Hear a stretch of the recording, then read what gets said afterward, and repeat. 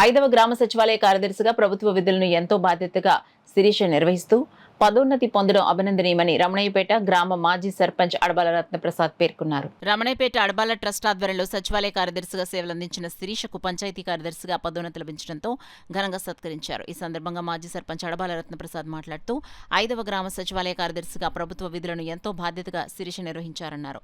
క్షేత్రస్థాయిలో ప్రభుత్వ పథకాలకు అర్హులను ఎంపిక చేయడానికి గాను వివిధ సర్వేలను కూడా ఎంతో ఇష్టపూర్వకంగా నిర్వహించారన్నారు. వృద్ధాప్య పెన్షన్లు కూడా ప్రభుత్వం నిర్దేశించిన సమయానికి అందజేయడంతో పాటు లబ్ధిదారుల పట్ల మానవతా దృక్పథంతో వ్యవహరించేవారన్నారు.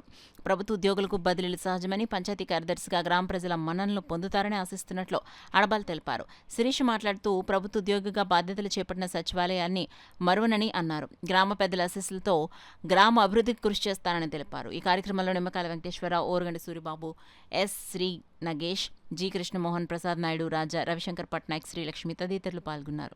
నమస్కారం. ఈరోజు గౌరవ అడబాల రత్నప్రసాద్ గారి ట్రస్ట్లో నాకు ఆశీర్వదించి పంపిస్తున్నారు. నాకు ప్రమోషన్ వచ్చింది గ్రేడ్ 4 పంచాయతీ సెక్రటరీగా. కాకినాడ రూరల్ నుంచి ఇప్పుడు నేను పెద్దాపురం రూరల్ వెళ్తున్నాను.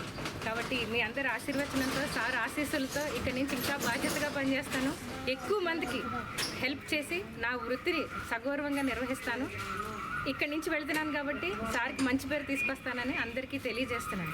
బాధ్యతలు చెప్పినా సరే ఒక ఇష్టపూర్వకంగా చాలామంది సర్వేలు అయినా రకరకాల యాప్లు పెట్టడంతో కొంతమంది ఇబ్బంది పడుతున్నా సరే ఆ అమ్మాయి మట్టికి 50% కూడా ఒక అసంతృప్తి లేకుండా ప్రభుత్వం ఒక బాధ్యత చెప్పింది చేయాలనేసి ఒక ఇష్టపూర్వకంగా చేసి ఒక మంచి పేరు తెచ్చుకున్న వ్యక్తి ఎవరంటే శిరీష్ గారు అన్నమాట.